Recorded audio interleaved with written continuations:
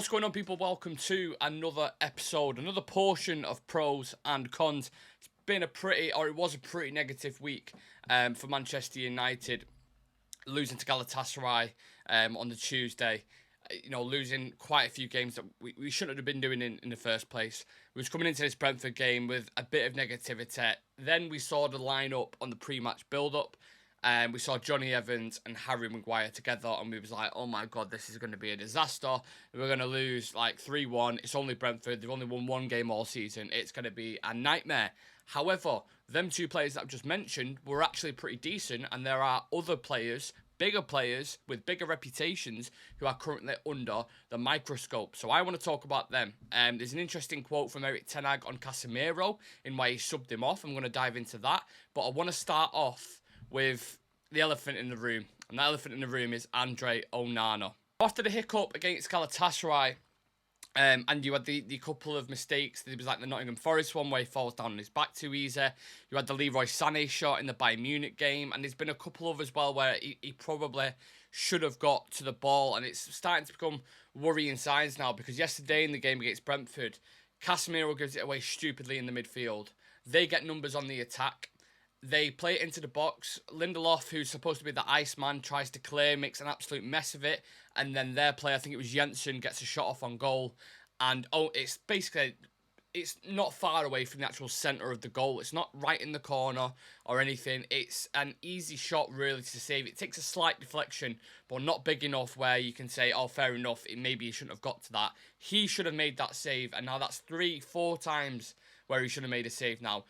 I mention it after every pros and cons, it feels like, in a minute, but the reason why we got rid of David De Gea was because he had these errors in his game, and if you get rid of one and bring in one that's doing the exact same thing, then what are we doing here? Question is, do you drop him, or do you go with do you persist with him, or do you go with Bayern Day now and bring him in? Let me know your thoughts on the situation. Can he turn it around?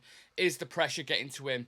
I'm not entirely sold on Onana at the minute. I was like, after the first mistake, I was like, that's fine. These things can happen. And then when they're continuously happening, you're kind of like, I'm not sure. Bruno Fernandez does not work on the wing. I don't know how many times I have to say it. We are shoehorning players on the right-hand side because of reputation and captain status. He has had one really good game so far this season, and that was against Nottingham Forest. Last week, he had 0 out of 9 crosses. Yesterday, he had 1 out of 11 crosses. He's hitting passes that he simply can't hit. He's rushing things. He has no control or conduction in a game. And yesterday, we was crying out for width and balls into the box because Brentford were playing a low block. There's a narrative that's being pushed about Mount and Bruno at the minute that they cannot play in the same team. And maybe that's true. Maybe that's true. You had the similar system with England, let's say, when they had Lampard, Scholes and Beckham and all these kind of guys. Probably much more talented, but the system stays the same. Do you know what I mean? You can't shoehorn certain players to make them fit. One's your new signing, one's your captain. You're going to have to make that decision. Are you going to push Mount onto the right? Are you going to bring Bruno central? Whatever it is, do it, because we need natural wingers where they should be. If you're going to be stubborn, then just go with Mount on the wing, because at least he's more naturally suited today. He's played on the right for Chelsea before and got decent stats for him. For me, in the next game now, I know it's the international break, but when I'm looking at this game that when we get back against Sheffield, I'm probably playing Garnacho, Anthony, Højlund, and then Mount, Amrabat, and Casemiro, for me personally. Maybe even take Casemiro out because he had a bit of a stinker, but yeah, he needs to make a decision on Bruno. He can't keep playing on the wing because it does not work.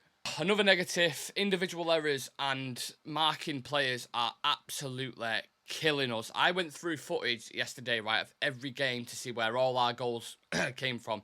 So we got caught sleeping against Nottingham Forest for the first goal. Eriksen not tracking Ødegaard against Arsenal. The same situation with all of Brighton's goals. Onana's mistake with Sané's shot that I mentioned before. The space we left Kimmich in to kill the game against us where no one even touched him, marking again.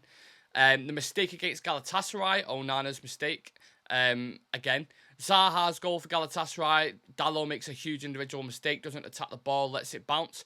Amrabat not tracking his man for the second goal in the Galatasaray game, and then the Brentford goal is 3 individual mistakes in 3 different phases until they get to that point. So like I said, individual mistakes and not marking your man is costing us so many goals at the moment. And when you make this many mistakes and keep repeating the same habits, you will never ever win anything. And it must be driving Erik ten Hag fucking mental.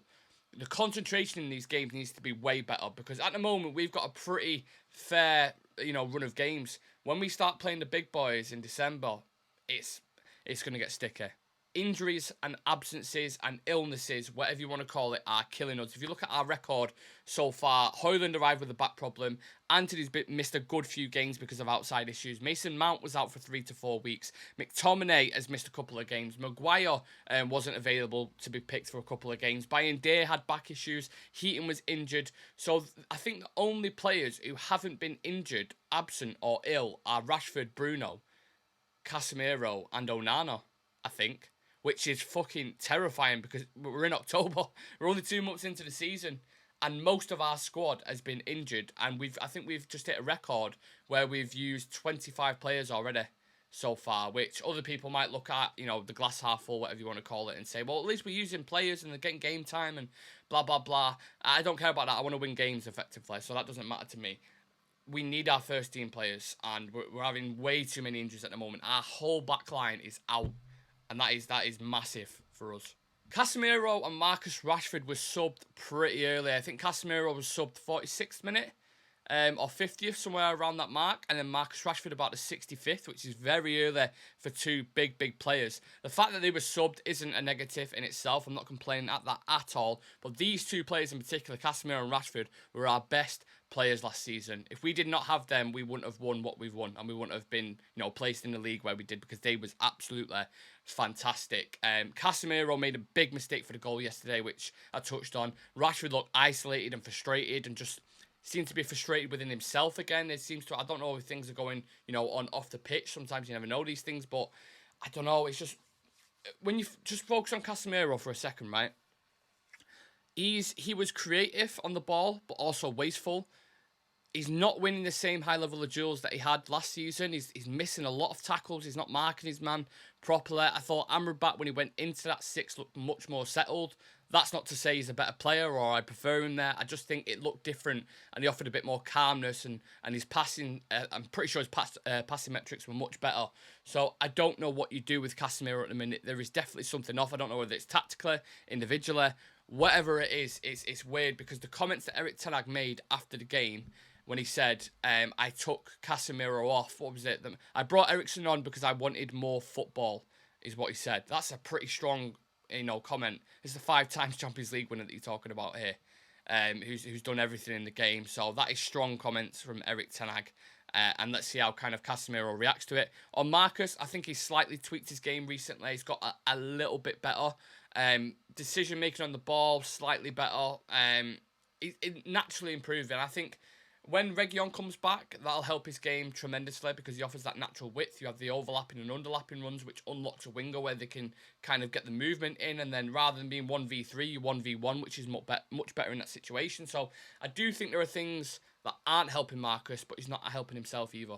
Right then, let's end with the positives. Mentality, fight back. Too many times this season we have been swollen in the first half or second half of games and just not reacting at all and kind of hiding in our shells. But yesterday we pushed and pushed and pushed until the very end, until the 96th minute. And when you fight with that mix of talent and creativity, you will get your results. It's probably hard to have 100% focus at Manchester United in a minute, if we're being completely honest, with everything that's going on off the pitch, all the injuries that we've had. I get it, I understand it, but I also do think this is different to under Ollie as well, because under Ollie, we had bad eggs. I don't think there's necessarily any bad eggs at the minute, unless you want to kind of, throw Jadon Sancho in there. So I think everyone's working towards the same goal. We're in a bit of a pickle at the minute. These teams have down forms. Arteta had it, Klopp had it, everybody had it. Effectively at some point. So I'm not overly worried. It's not great in a minute. The performances aren't great. The results aren't great. But I do believe we can turn it around. So hopefully we continue to show this mentality going into further games. Harry Maguire was really, really good, I thought. I was looking at his stats yesterday as well. Obviously, I'm not just going off that. I watched his actual performance, the eye test. he passed it. 68 touches, 56 out of 62 passes completed, 11 passes into the final third, 10 out of 12 long passes completed, 2 interceptions, 3 out of 5 duels won, 4 recoveries, and 1 assist. He starts over Lindelof for me on form at the minute. I don't know if Lindelof is injured or whatever the situation is going on with him at the moment. Obviously, he was out of position yesterday, Lindelof playing left back, which I was just weren't a fan of at all, but it is what it is. He did a job there. We won at the end of the day. But I'm happy for Maguire because he's received absolute dog's abuse over the past couple of years, and sometimes his performance, well, quite a few times his performances have been pretty fucking awful. And the past 2 games he's started or played, he's looked really, really good. So hopefully he can start to get into that running vein of form because Varane's missing, Lissandro's missing. So at the end of the day, whether you like it or not, we need him, and we need him confident and playing well, and that's what he's doing at the minute. So I'm happy for him. Scott McTominay saved the day. I have to save the best until last because that cameo was unbelievable. 11 minutes on the pitch, 2 shots, 2 goals, 2 out of 2 passes completed. Battle for absolutely everything. Took his first goal really, really well. His touch in a tight area and then to get the shot off was like a proper striker's finish, which is basically what he'd been doing for Scotland at the minute. The second one was, me and Chivy was laughing on the review because he was saying it was literally a West Ham goal and West Ham wanted to sign these 2 players. It's lumped long to Harry Maguire. Harry Maguire heads it down and then Scott McTominay heads it to steal the win in the 96th minute. He said in his post-match press conference, that was probably one of my favourite moments ever on a football pitch. He mentioned, watching the documentary about David Beckham fighting until the very end and taking inspiration from that. Everything you want to hear, really, from a Manchester United player and an academy prospect. Well, he's obviously 26 now, so he's not really academy prospect. He's a senior player now. But for the first time in Premier League history, United have trailed going into the 90th minute of a match, but then gone on to win. That start didn't sound right to me when I first saw it, but, it's on Twitter, so it must be true, right? But that's, look, we take any positive we can at the moment, and that was him coming on and scoring them 2 goals was a massive, massive save for Erik ten Hag yesterday, and you could see how important it was to him, because he was basically had him in a headlock at the end of the game. It was just like, thank fuck for that. So look, I said, as the conclusion kind of forms here, I said yesterday, this isn't going to paper over the cracks for me. I watched that performance. I've watched enough games of Manchester United this season to know there's probably going to be some big defeats this season when we play some of the big boys in December. It's going to start to get a little bit ugly when that happens. Of course, it's nice to celebrate a win, but when you're having to come back against Brentford at home at Old Trafford when they've only won 1 game all season, I don't want to celebrate it too much for me. I'm not going to start, getting the champagne out of the fridge and saying we're going to win the Premier League and challenge for the title. I think there's a lot of thinking for Erik ten Hag to do over this international break. It's got 2 weeks now. We should get players back after it. I think Mainoo's coming back, Ahmad and Serge Reguilon. But he needs to have a look at some things tactically, individual performances, and really, really measure where we're at and what tweaks we can make so we're more solid as a team. And we're more dangerous going forward because we're not creating enough chances, and you've got a gem up top there in Rasmus Højlund. So let's hope he can make some tweaks, he can do his homework, and the players come back, they have a good international break, and they stay on form because we need to start winning games now. Hope you all enjoyed this pros and cons. Let me know your thoughts. If I've missed any, if there's anything you want to talk about or mention, leave it in the comment section. Leave a like on the video. Subscribe to Real Reds Talk. Click the button in the bottom right hand side of your screen. And make sure you drop a follow on socials as well. Facebook, TikTok, Instagram, Twitter, Real Reds Talk. That's where we're at. Take care. Have a lovely weekend. See you later.